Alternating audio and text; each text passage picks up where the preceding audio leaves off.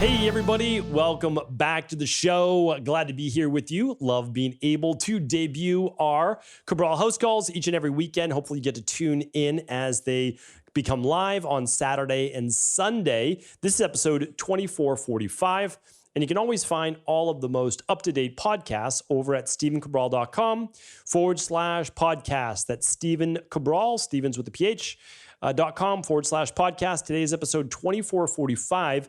If you want to follow along with the questions. Now, we answered 6 questions yesterday. We're going to get to 6 more today. Looking forward to answering these. Just letting people know that this show debuting on October 16th, we are now we're right around 12 weeks or so behind on your questions. And again, that's simply based on how many people ask questions. It just gets put into the order of the queue, and we always answer on a first come, first served basis. So we appreciate your patience in getting to about a dozen questions per weekend. For same day help, always feel free to write in at cabralsupportgroup.com. All right.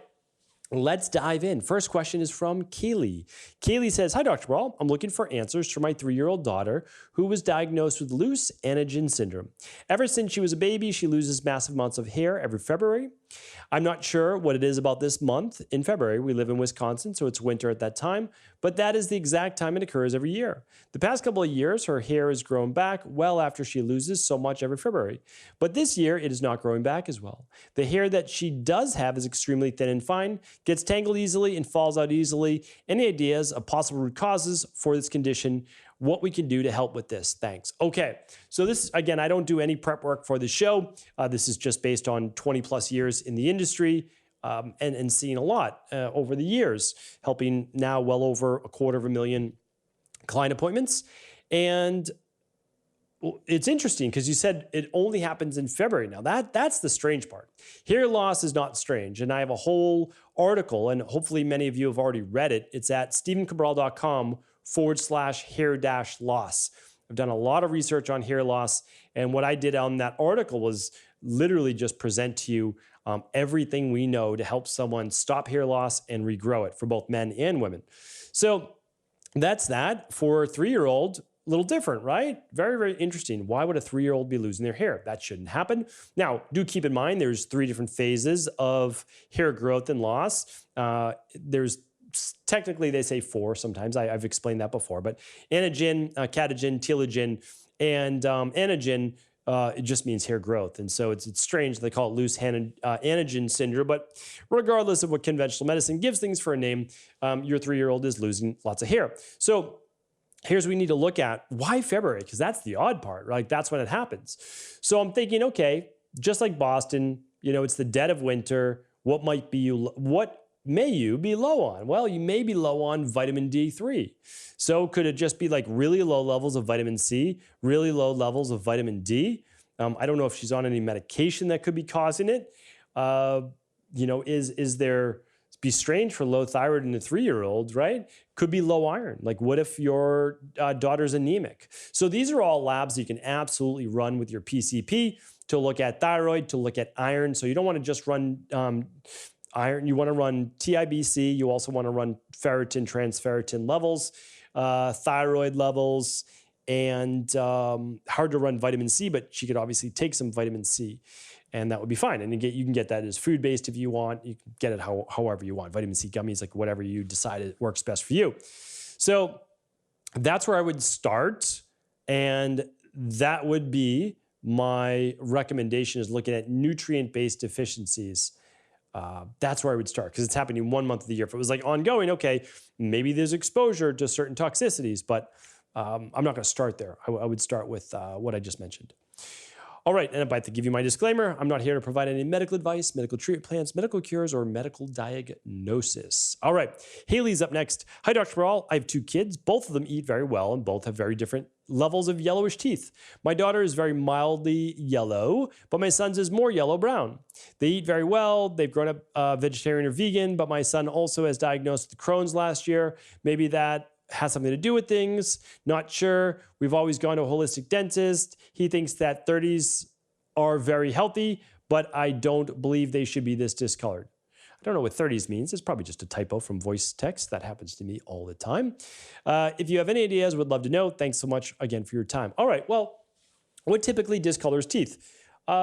Fruit juice, coffee, wine, tea, probably not a lot of things that your child is consuming, right?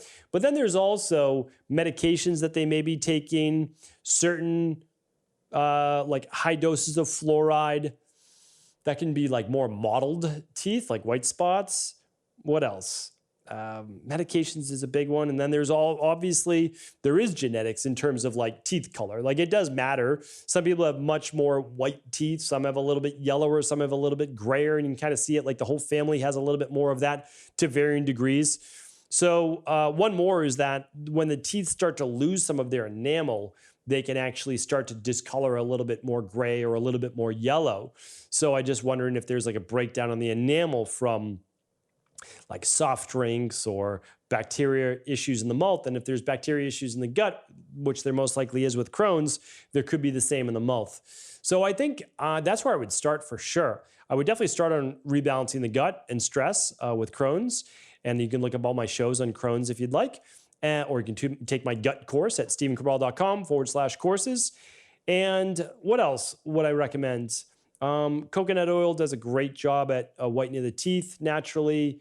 Charcoal, baking soda toothpaste does a great job. You can just use straight baking soda if you wanted to. Those are some easy ones to do right now. And there are some good baking soda natural-based toothpaste too that you might see a difference with as well. Okay. Michelle's up next. I recently came upon your podcast, and I have to say how much I enjoy learning from you. I'm hoping you may be able to help. Thank you, Michelle, and I hope that I am as well. My mother has had burning mouth syndrome for over 9 years. She's been to almost every type of doctor, dentist, specialist under the sun, and no one's been able to figure out the cause or come up with any protocol to give her for any relief. She's also diagnosed with Parkinson's later the same year as the burning mouth. Do you have any insight into this disease and how it can be managed? It's been 9 years of continuous pain, and the lack of enjoyment of anything she eats and drinks has taken a toll. Thank you. Yeah, I've actually done many shows on burning mouth, probably like between, I don't know, maybe around like 5 to 7 shows. They've been answered on house calls. I also did one surrounding the virus over this past couple of years and how people get burning mouth. So rather than kind of take you through that, these are always able to be searched at stephencabral.com/podcast. You just type in burning mouth syndrome, literally. I've done many shows on this. And you'll see the connection typically to heavy metals. There's a big connection to heavy metals. Now, it can be for any reason surrounding inflammation. So I don't want to say that, because you can have an inflammatory disease, which obviously your mom has a lot of inflammation. She got Parkinson's. And so that's certainly part of it. But honestly, we often look at a lot of times a detox issue and a mineral imbalance potentially, but usually it's a heavy metal toxicity as well. So that's what I would look into. If possible, you always you want to run the Big 5 labs. If you can't run the Big 5 labs, run the starter kit. That's what I'd recommend. And then you would typically from there, after you run the labs, you may do a 21-day functional medicine detox. And then you may do a heavy metal detox, which is different after that. But again, I would get your customized plan with your labs and keep going from there. Okay. Kelsey's up next. Hi, Dr. Cabral. I'm wondering if you could shed some light on why taking an inositol supplement was so successful in lowering my testosterone. After starting an inositol supplement daily, and it being the only noticeable change in my lifestyle, my testosterone went from way higher than normal for a woman of my age, 27 years old, to within normal range. The levels were taken on the same day of my cycle, so it seems that this is really a true reflection of taking inositol. I know inositol is meant to help with blood sugar regulation, but I was not expecting it to be so helpful in lowering my testosterone. Thank you. Okay. Yeah, happy to answer this. We use inositol all the time. I think it's literally just called inositol at Equilife. That's the one that we recommend because it contains both dichiro and myo-inositol. So you get the benefits of both types. And that's actually clinically shown to be the best because there are benefits to each one. And so you might as well take them as a synergist. So yeah, inositol is best known for helping with insulin sensitivity, meaning getting the blood sugar into the cells and not allowing it to kind of float around in the blood, causing all sorts of inflammatory issues and PCOS-based symptoms. Okay, but it's also an adaptogen. So people overlook inositol's true power as an adaptogen and helping to calm stress levels as well. So if you're calming stress levels and you're calming the overall sympathetic nervous system, well, especially if you are a Pitta type woman, then you will not get as high of a testosterone-based increase. So that's one other reason. Just keep in mind that higher stress in the body in any way can elevate testosterone, and in women more predisposed to PCOS, higher levels of cortisol, and higher levels of glucose can absolutely affect testosterone. So I would say it's having an effect on both, and happy to hear that is helping you as well. So there you are. All right, Heather is up next. Hello, Dr. Brawl. At the time I am writing this, I hope you are enjoying a nice summer with your family. Thank you, Heather. And it's funny because now we're in October, but you did write in on July 11th, about 12 weeks ago. A couple of your older podcasts on children's immune health have been circulating. 858,956. Huh. I don't know what that means. And questions have been asked on the Facebook group about where to find the supplements you had recommended in the show that the FDA no longer allows you to link to. Oh, maybe it's been circulated almost 1 million times, 900,000 times. Wow, I have no idea. But that's great. I mean, the goal is to teach. So there we go. I know I wish I could link them up, but the FDA does not allow you to state, if you name a disease or something that would be considered a disease state. Believe it or not, even allergies are considered a disease state. Obesity is now considered a disease state. So you can't link to it on the page because that's not allowed. So my question is, are you still using the same immune protocols? Oh, I actually just answered this maybe yesterday or last week. All of us parents out there who love and trust your advice would be grateful to get the info. Yeah, absolutely helpful. Happy to help on that. I wonder if I can create a page on this. I have to be able to create a page, right? I just can't state a disease on it. So here's what I'm going to do. I'm going to make a note on it right now. I don't know when I'm going to be able to get this up, but like I did for the virus, I can only give you what I do. Right? So if you go to stephencabral.com/the-protocol, that's what I do when I get a virus. All right. So I can't say it's for what you should do, but it's what I do. Let me create one for children's, what are we going to call it? Something like children's immune protocol. Let's do that. And then I'll state exactly what I do for my daughters, but I can't say it's right for your daughters or your son or your kids or whatever it might be. All right. So that's what I'll do. Instead of stating it here, because I just did, I think like a week or two ago, and I went through that. Some of the products are the same, some have been discontinued, but yeah, that's what I'm going to do. All right, so be on the lookout for the next couple weeks. How can I post it? I think I could post it in the Facebook group as long as I don't tie a disease to it.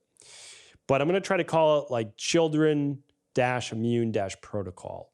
And it will go through exactly what I did and do for my girls when they get an infection of any type, bacterial or viral based, what to do when they get an earache, what happens when they get conjunctivitis, which I think has only maybe happened once, and what happens when their tonsils are swollen, what happens when they get a cut, a bee sting. Yeah, well, hopefully we'll try to do that. I like the idea. I just haven't thought about it. It's going to take a little bit of work, but I'm going to make that happen within the next few weeks, okay? All right, thank you for bringing that up, though. I'm always happy to help, and that's a good point that I can't state it, but if I do it on a page that doesn't state a disease, and I'm just saying it's for, which is true, for my family, then I think we're good. All right, Anonymous is up next. Hello, I'm asking this question for a 24-year-old, fairly healthy, muscular young man. He took Accutane for acne about 5 months now and experienced some impotence. He started erectile dysfunction. This started about 3 months ago. I've read some case reports about this medicine possibly causing the side effects, and people are saying that it is a long-term side effect and irreversible. Is this true, or is there hope we can rebalance, cleanse the body of toxins from this medication? Thanks so much for your help and mission. I'm a huge fan of the podcast, and I've recently tried intermittent fasting and started to feel the wonderful benefits. Happy to hear that, Anonymous. So, okay, 24 years old, healthy, muscular young man, took Accutane, and typically for acne. Now, I know quite a bit, obviously I'm not a pharmacologist, about Accutane simply because it's so prevalent for acne. And what I do know is that it greatly affects the liver and liver enzymes, meaning that it's harmful to the liver. So that's why you get your liver enzymes checked, every 4 to 6 weeks or so. So the interesting thing is I've never heard about the side effect of someone getting impotence or erectile dysfunction, but obviously it's a real thing. So first I would ask, is this 24-year-old on testosterone? That's important because I'd want to know their testosterone levels. So if they're on testosterone or testosterone enhancer and now they're endogenously not producing their own because they're taking in an exogenous source. Exogenous just means you're taking it in from the outside. And so the inside, endogenous, does not have to produce its own, right? So that's a reason. I've seen that many, many times in my practice. Men are on testosterone replacement therapy and they have erectile dysfunction, impotence. Now, part of it can be stress. So meaning like, is there erectile dysfunction all the time or only when they're with their partner, right? Sometimes it's stress. So we want to look at that. What I can do is I can run labs. I mean, honestly, like that's the truth. And then we can figure out what's going on. Like that's the truth. If they're no longer on Accutane, great, then let's work on now liver repair, right? We might do something like the functional medicine detox. We're going to look at inflammatory issues. We might be doing things like just the daily foundational protocol level 2, probably, right? To get those omega-3s in, work on overall healthy levels of inflammation, get the B vitamins up, all these different types of things. Right? So that's what we're going to be doing. And I would run, again, so for me, I'd run the big 5. And if not, then I would run just the stress, mood, and metabolism test if you can only run one. And then if you could run a couple more, I would do the Candida metabolic vitamins test and the minerals and metals test. So that's what I would do. And then we'll give him a complete plan as to what to do because I don't know if it's testosterone or I don't know it's inflammation or I don't know if it's sympathetic nervous system stress. It's probably one of those 3. I just don't think that the heavy metals, I don't think that even though if those things are there, mold, et cetera, I don't think that that would be causing the impotence. I just don't. I think that there's an inflammatory issue. There is a low level of testosterone or there's a stress sympathetic nervous system dominance because when you're in the sympathetic nervous system, you won't get an erection. You just won't. And the reason is that you have to be in the parasympathetic. Your body has to be relaxed. If it's in a state of stress, that's just not going to happen. So hopefully that's helpful. It's a place to get started. We're always here for you. Just let us know. All right. That is our 6 for the day. Thank you everyone for writing in. Appreciate your support of the Cabral concept. It really does mean the world to me, which is why we try to produce 1 episode a day to make sure we're always teaching every single day. There's nothing more important than your health. I truly believe that. And a big part of that is your mindset. So tomorrow we'll be back with an episode on the mindset and motivation Monday. Don't miss it. Take care, everybody.